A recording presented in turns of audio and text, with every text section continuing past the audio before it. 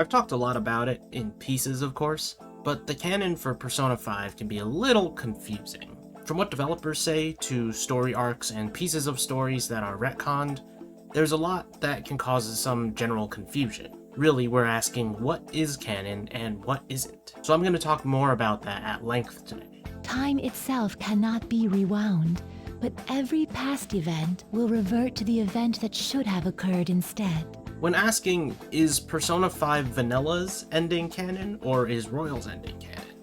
I think it's safe to say that Atlus is going to use Royal's ending from here on out. This can be assumed purely based on the new DLC announcement for Tactica containing Kasumi, and just due to the fact that Royal is the updated official release. If Vanilla was going to remain canon, there's no reason for Atlus to release Royal on PC and the other modern consoles instead. You can technically say that Royal is its own timeline and Vanilla is another timeline, but I think that complicates things a little bit too much. It's not like the ending is different in a way that makes it impossible for other spin-off games to be canon, which kind of leads me to my next point. I think I get what's going on, though. Actually, none of it makes any sense to me. This guy here is the trickiest of them all. This is mostly due to the divide between people who believe that Strikers takes place on the Persona 5 canon, and other people who believe that Strikers takes place on the Royal canon. The director of Persona 5 Strikers has gone on record officially saying that Persona 5 Strikers is a sequel to Persona 5. Well, sequel's more like the advertisement, the way they advertise this game. Basically, he said that it is a Persona 5 follow-up story. The director never stated specifically that this was part of a different timeline. You could interpret this line that way, being that it's part of Persona 5 and not Royal, since he also didn't directly say that it's a follow-up story to Royal's ending. I don't think that's unfair, but at the same time, there's no way Atlus made a sequel to Persona 5 that was heavily marketed as Persona 5 2, and then tossed that all into the trash because the game doesn't contain or mention the events of Royal at all. But to be fair, Strikers does pretty much skirt around almost every major plot point in Persona 5, only touching on things in a surface level. My argument is basically relying on Persona 5 getting another actual sequel spin-off, which we still have yet to see. But I don't think that's unrealistic considering the future of Persona in general. So yeah, you could consider Strikers canon in both timelines. There's no reason to assume that it's not. Also, this is my general interpretation of the Persona 5 follow-up story. That line is used so that if you didn't play Royal, or if you haven't finished Royal yet, you're still okay with picking up Strikers. It's essentially saying, we're not spoiling anything that happens in Royal in Strikers. So, you can play Persona 5 and not Royal, and still enjoy Strikers. It's encouraging more people to pick up the game. It's not necessarily saying that one thing is canon and the other one isn't. Akechi is dead to them since December. They never saw him. We only saw him in that cutscene.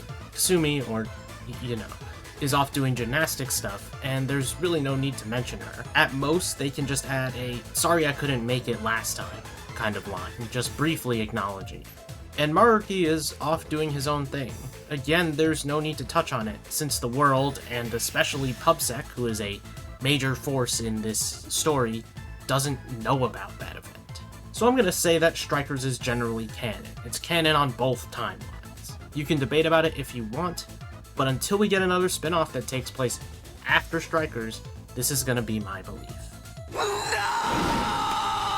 So the rest of Persona 5 spin-offs are canon, but on a very large technicality. Persona Q2 and Persona 5 Dancing are both canon, but you have to factor in the memory wipe.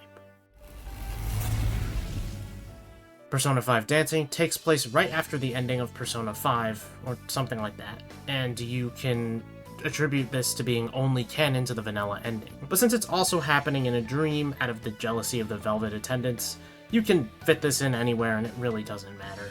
There might be minor hints of dialogue that make this impossible to take place after Maruki's arc, but I'm not too hung up on it since it's deleted from their memories after it happens. The you in reality is currently fast asleep.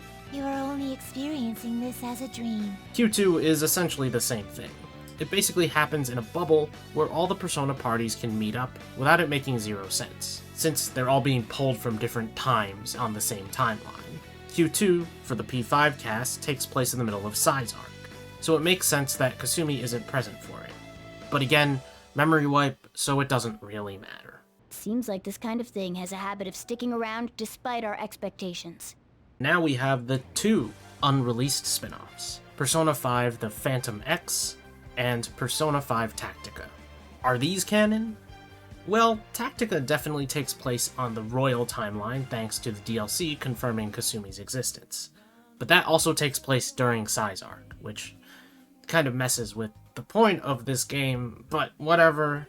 The actual game takes place after Maruki's arc, assumedly, but before the end of the game. There's a high probability that this is another canon spin-off with a memory wipe at the end, and I'd be surprised if it wasn't. X, on the other hand, takes place years after Persona 5, possibly in 2026.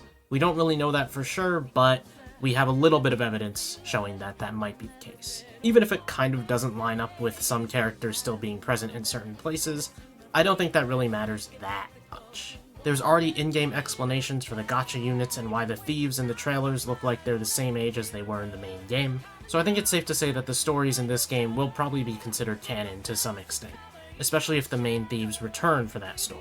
There are no exceptions. In the end, I can basically sum it up by saying, yeah, all the spin-offs are canon. Regardless of which timeline you follow, they all happen during that timeline. I could easily be wrong about Strikers, and I could be proven about this with another Persona 5 spin-off in the future, but I don't think Atlus is going to scrap their entire story and characters just because they said once, oh, it's a follow-up only to Persona 5, and we didn't touch on Royal at all. But if you disagree with me, you can leave a comment down below. Or if you have your own thoughts about the canon, also, I'd love to hear it. If you enjoyed the video, please leave a like, and subscribe to the channel for more things Atlus, Persona, and JRPG related. Thank you for watching, and I'll see you guys next time.